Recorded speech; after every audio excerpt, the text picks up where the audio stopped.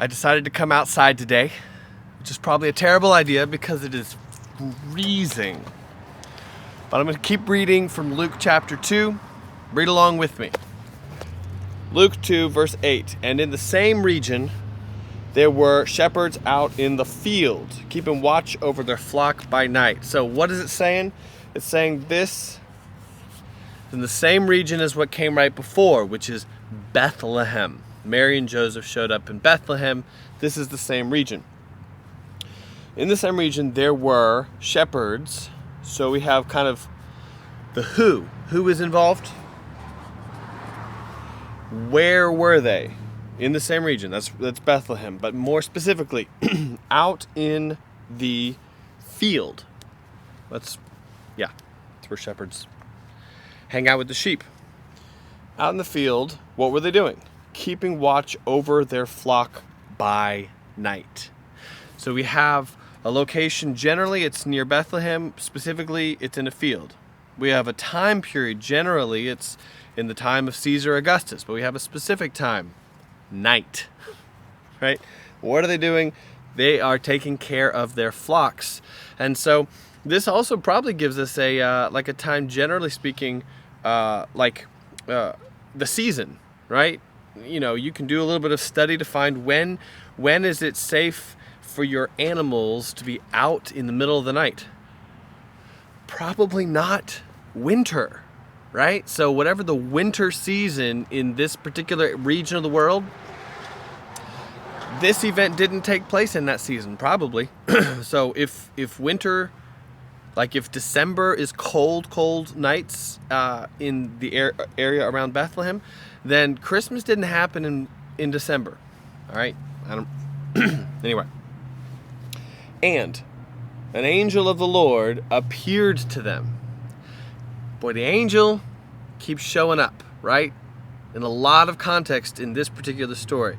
And this makes me think, is this like a normal thing throughout the Bible? The Bible's a huge volume. It covers a lot of time. And we have seen so many angel sightings literally in 1.5 chapters of the book of Luke. Is this normal? I've read the entire Bible multiple times, and I guess I'll just jump to the answer to that. No, it's very unusual. Hundreds of years go by in between messages, special messages from an angelic being. It's not that it never happens, it's just Zechariah, Mary, the shepherds. There's a lot of moments where the angel is showing up. Okay. An angel of the Lord appeared to them. Who?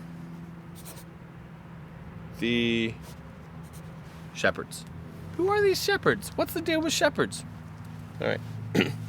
Angel of the Lord appeared to them, and the glory of the Lord shone around them. What is the glory of the Lord?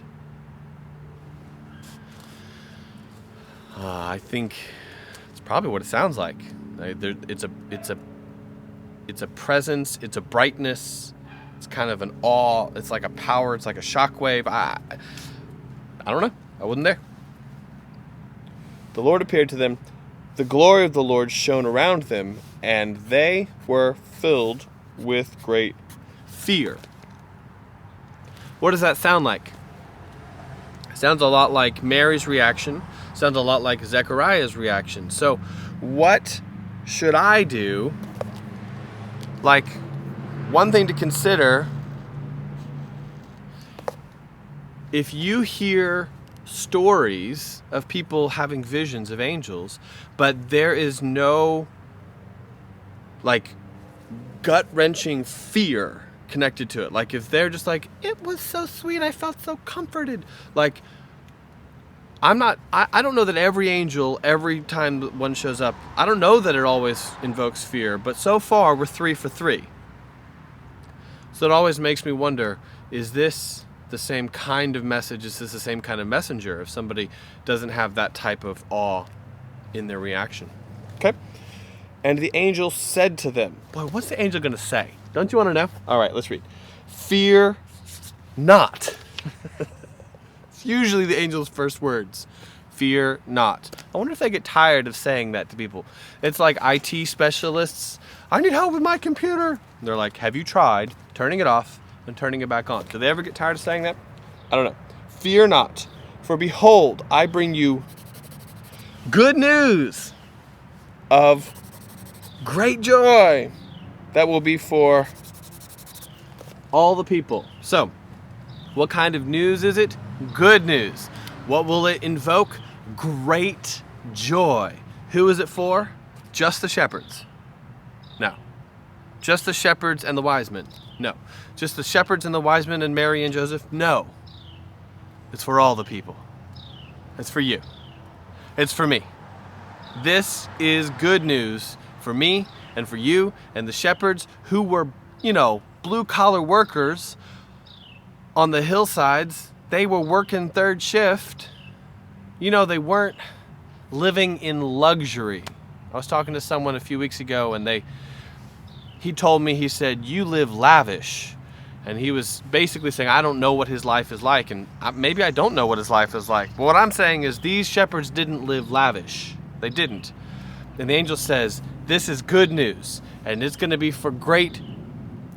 bring great joy for all people. So what is the good news? You probably already know the good news has to do with Jesus. We'll read the second half of the angel's message next.